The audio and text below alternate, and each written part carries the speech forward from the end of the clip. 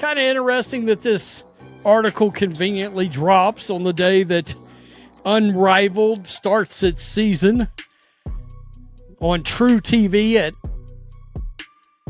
12 o'clock in the afternoon on a Monday. And let's be real, school went back in today across the country, pretty much. At least most of the schools I know here in Texas.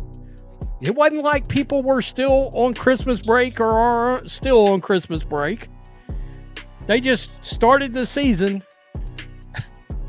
By the way, started the season on the NFL's Black Monday, where now 6 head coaches no longer have jobs and has completely taken over the sports news cycle. Sucked all the wind out of it. And trust me, I did a video the other day, there wasn't even... On Monday, January 6, 2025, while 6 NFL head coaches were being fired on the annual chaos of Black Monday, another professional sports league quietly tipped off what may end up being its final season. Unrivaled, the venture capital-backed 3-on-3 women's basketball league, opened its second season at noon on a Monday on True TV. Schools were back in session. The NFL news cycle was completely dominating every sports outlet, and almost no one noticed. Making matters worse, Unrivaled's own president, Alex Basil, admitted something startling in a front office sports report. The league may need the WNBA to survive. When a league executive says nothing is off the table regarding a partnership, that's not optimism. It's a distress signal wrapped in corporate language. The timing couldn't have been more brutal. Unrivaled wasn't just competing with football coverage. It launched directly against WWE's one-year anniversary of Monday Night Raw on Netflix, a massive, heavily promoted event, while also getting buried under days of NFL coaching news. And perhaps the clearest sign of trouble came from a decision that spoke louder than any press release. The league celebrated increasing its arena capacity by just 150 seats. Not 1,500, not 15,000. When adding 150 seats is framed as progress, it's not confidence. It's crisis management unfolding in real time. Any fire at all. And you didn't start this on TNT. I just can't imagine. I mean, why wouldn't you, if you have to, just do prime time, Monday, Tuesday, Wednesday? By the way, they're going up against WWE tonight. 1-year anniversary of Raw on Netflix. It's going to be a huge show. That's who you're going up against? Along with the... But to understand how Unrivaled ended up here, you have to rewind to its launch. The league entered the market with real momentum and serious financial backing, securing a Series B investment that valued Unrivaled at an eye-opening $340 million. It attracted legitimate WNBA talent and positioned itself as the premier off-season destination for elite women's basketball players. The pitch was simple and compelling. Play 3-on-3 basketball in Miami, earn 6 figures for roughly 2 months of work, and stay game-ready during the WNBA offseason. On paper, it worked. Nafisa Collier and Breanna Stewart, 2 of the most recognizable stars in women's basketball, co-founded the league, instantly lending credibility, star power, and media attention that most startup leagues can only dream of. Help to stay afloat. That's on the table. They're in big trouble, folks. Year 2 tipped off Monday with 2 matinee games following an evening slate. It comes with a clear challenge, solidifying the startup 3-on-3 in an increasingly crowded women's basketball landscape. So is a partnership with the WNBA Unrivaled's best and possibly only path forward? On opening day, Unrivaled president Alex Basil didn't exactly hide the urgency. "I don't want to speak too much about what's going on behind the scenes," he said, "but I've made it very clear we're open to the ecosystem." That language matters. Basil went on to add that when it comes to what a partnership might look like, there's nothing on the table or off the table. And that phrase, "nothing is off the table," is the real takeaway. Basil has been transparent about Unrivaled's attempts to align with the WNBA from the very beginning. Back in September, he told Front Office Sports that the league approached the WNBA early and expressed openness to a formal partnership. the WNBA declined. Partnering with the WNBA its best bet? Question mark. Quote, I don't want to speak too much of what's going on behind the scenes, but I've made it very clear we're open to the ecosystem. I'm sure you are. Unrivaled President Alex Brazell said Monday, on the day the league's open, quote, which way that looks like. For us, there's nothing that's on the table or off the table. Nothing that's off the table is the key takeaway there. Brazil has been open about Unrivaled's efforts to work with the WNBA from the onset. In September, he told Front Office Sports that Unrivaled went to the WNBA early and was open to a formal partnership. The WNBA. Except there was a problem that became obvious almost immediately. The players want to play real basketball 5-on-5, not 3-on-3, not a modified version of the game. And the biggest star in women's basketball made that reality clear without ever mentioning Unrivaled by name. Caitlin Clark, the player who single-handedly pushed WNBA ratings to record highs in 2024, passed on the league entirely. She didn't just quietly decline either. Clark openly acknowledged that her style of play doesn't translate to 3-on-3 basketball. When your entire business model relies on star power to drive viewership, and the biggest star in the sport won't participate, that's not a marketing issue or a scheduling mistake. It's a fundamental, structural problem with the product itself. It's because of Project B, which is going to have this league in a damn bind. I mean, real fast. Quote, what you look at right now is there's a collaboration that's going on in NBA Europe. That was not a formal partnership before. As long as you can look at that space in an innovative lens, anything is doable, anything is possible. He's literally bringing up other examples of collaboration. By this time next year, Project B, the new traveling 5-on-5 league, plans to be up and running with a number of former and current Unrivaled players committed to play in the inaugural season, including Alyssa Thomas and Jewel Lloyd. Beyond that immediate threat, there's a longer-term one if the WNBA pursues exclusivity as a result of increased pay. Quote, they don't... And it gets even worse, because Caitlin Clark isn't the only superstar who said no. Aya Wilson, the two-time MVP and undisputed face of the Las Vegas Aces, is not playing in Unrivaled.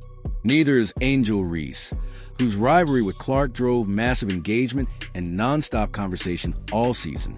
Sabrina Ionescu, one of the most marketable players in the entire WNBA, also passed. In fact, the league is launching its second season without 5 of the most recognizable faces in women's basketball. Let that sink in. Yes, Unrivaled reportedly generated $27 million in revenue during its inaugural season, which sound impressive on the surface, until you realize the league is valued at $340 million.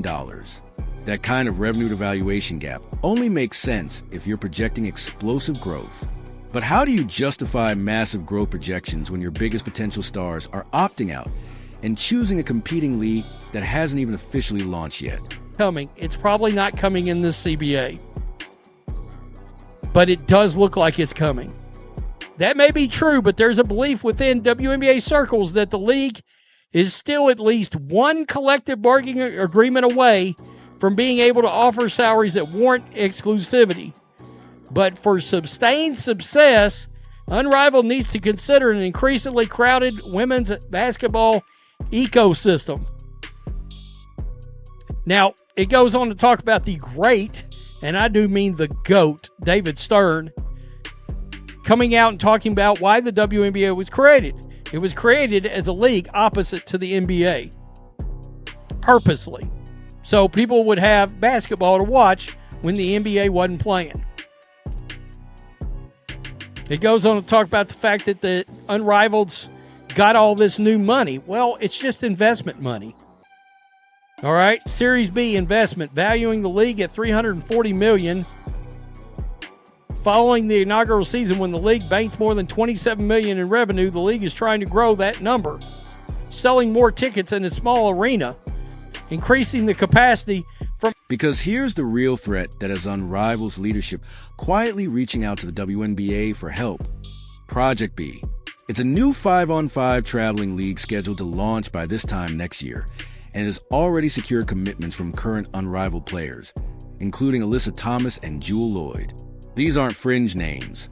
These are stars who are actively playing an Unrivaled second season, while simultaneously committing to a competing league. That's not healthy competition. That's an exodus in progress. When your own players are publicly aligning with a rival league that doesn't even exist yet, you're no longer fighting for market share. You're fighting for survival. And Project B offers something Unrivaled simply doesn't. The game basketball players actually want to play 5-on-5, full court, the real game, not a modified format designed to fit smaller arenas and shorter schedules. And there were, even in this little arena, there were empty seats. Very visible on the television screen.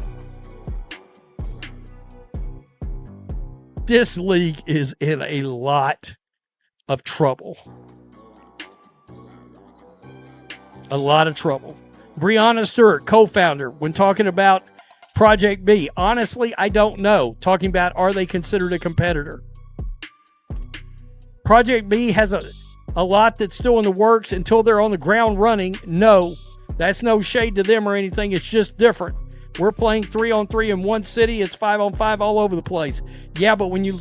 Now let's focus on what Alex Basil actually said, because the language matters. Speaking to Front Office Sports, he admitted, "I don't want to speak too much about what's going on behind the scenes, but I've made it very clear we're open to the ecosystem. What that looks like for us. There's nothing on the table or off the table. Nothing is off the table. That is not the language of a league negotiating from a position of strength. That's the language of a drowning company grabbing at anything that might keep afloat." And he didn't stop there. He pointed to NBA Europe as an example of collaboration that existed before any formal partnership, effectively citing other league survival strategies as potential models. When you're referencing how others stayed alive instead of how you plan to dominate, the message is clear. This isn't confidence, it's desperation. And I'm sure there may, I guess, maybe there's going to be some basketball fans that are going to all come together to try to flood those two matinees. But I'm guessing the ratings for those two games are going to be sub 100,000 viewers. Is that a success? And I'm talking sub 100,000, maybe with the new methodology that's artificially pumping all these numbers up.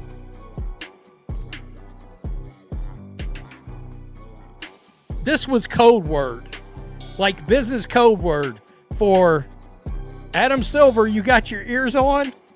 We're in the quicksand and we're tossing you. I got a little rope here, or could you toss us a rope? Toss us a rope. We're going down. It is what it is. I mean, I think Project B is going to stomp this league right out of existence. And then we'll see. You know, you got to realize the NBA is working with NBA Europe. Okay. Well, I mean, Project B is an overseas league. And there's a lot of reputable people involved in that league. You know? Again, Unrivaled, no Sophie, no Asia, no Sabrina, no Caitlin, and no Angel. And if you gave that league truth serum, I bet you they would have told you 6 months ago, well, we'll have Sabrina Ionescu and Angel Reese. No, you won't. Here's what makes this situation especially fascinating from a business standpoint. Early in its development, Unrivaled approached the WNBA about a potential partnership, and the league declined, a completely reasonable decision, since there was no incentive to help build a 3-on-3 product that would compete for players' time and energy during the offseason. But the landscape has shifted. The WNBA is now negotiating a new collective bargaining agreement, and there are serious internal discussions about future exclusivity clauses that would prevent players from competing in other leagues during the offseason. something that does not exist in the current CBA. According to league sources, the WNBA may still be at least one CBA cycle away from offering salaries that justify exclusivity, but the direction is clear, and Unrivaled now finds itself trapped. It can't compete with Project beyond the core product because 5-on-5 will always be more appealing to elite basketball players than 3-on-3.